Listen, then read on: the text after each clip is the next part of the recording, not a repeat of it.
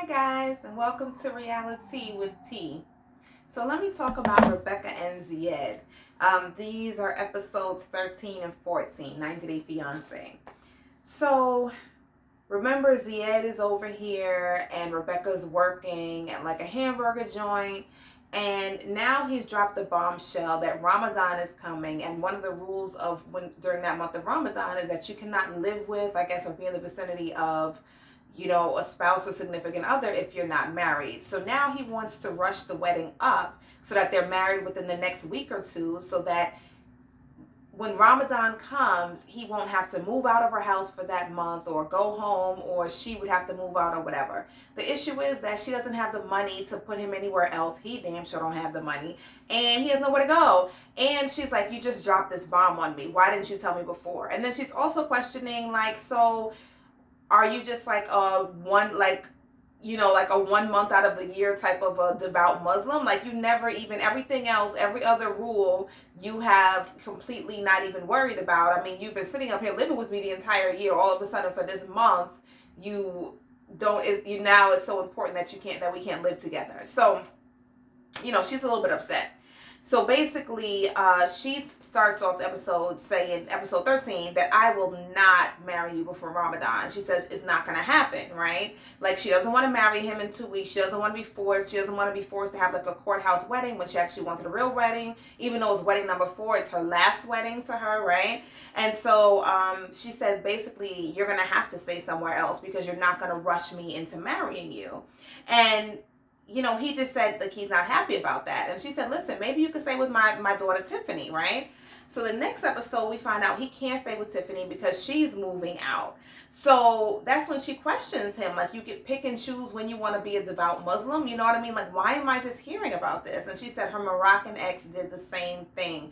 So that's why she is feeling so upset and anxious, because this happened to her before. Remember, she had a younger Moroccan ex he came over to America, rushed the marriage process, just like Luis and Molly, just inside.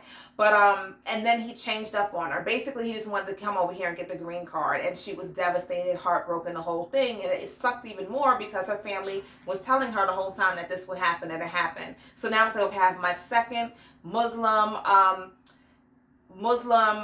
boyfriend that's 20, 30 years younger than me from Africa. It's like the history repeating itself. So that's what she's trying to avoid. So she's starting to think, like, is he trying to take advantage of me? You know what I mean? So she's like, I think at one point she said that she would agree to the courthouse wedding.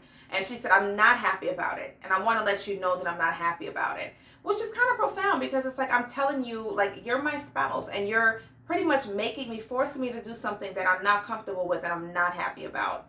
And if you don't care about that, that's kind of a red flag to me. You know what I mean? Even though Zied already has so many red flags stacked against him, that's another one, And so, we see her a few days later. It's funny. Okay. So I wrote down that she wrote, I can't lose him.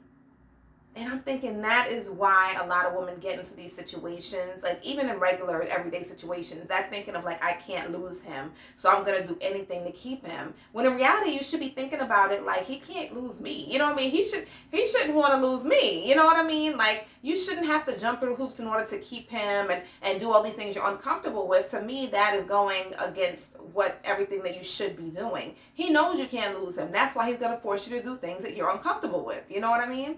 So a few days later, she's looking for her engagement ring that he gave her in the Sahara Desert, and it means so much to her, but she lost it. And basically, she's telling him, and he doesn't care. He's sitting there playing video games, looking at the TV, right? And he really isn't even listening to her. And so she's kind of frantic about the engagement ring. She's looking around, and, she's like, he doesn't even care. He only cares that we get married quickly. He doesn't care that I'm frantic and looking for this engagement ring that he bought me. Now, that made me think, like, maybe it wasn't even that important to him. You know what I mean? Maybe it was fake. Who knows, And so, she was kind of rude to him. Like, hello, take off your headphones. I'm looking for something. Can you help me? He's like, what do you want me to do?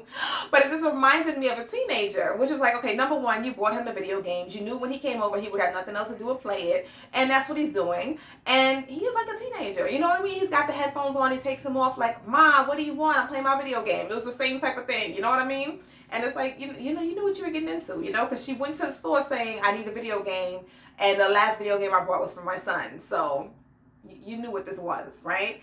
And so, she goes to see her daughter. Her daughter got hurt, and her daughter's having like some feelings, like, I didn't say it before, but like, she was like, she was wondering why this wasn't brought up before. And, she's saying, I'm having all these red flags again that I'm feeling about him. You shouldn't be rushing your wedding. And then Rebecca's saying, I have all these signs. You know what I mean? Like, I lost my ring. The dress that I was going to wear for the wedding doesn't fit all of a sudden. And he was just, and she told him, and he was just kind of just flippant about it. Like, wear jeans, I don't care. So it's kind of like, I just want to get married at any cost. That's what I'm getting from him. You know what I mean? I'm hoping that's not the case. I'm hoping that he's really into her, but I think there are ulterior motives here as well. And she says that, like, the person he is now is completely different from the person that he was in Tunisia.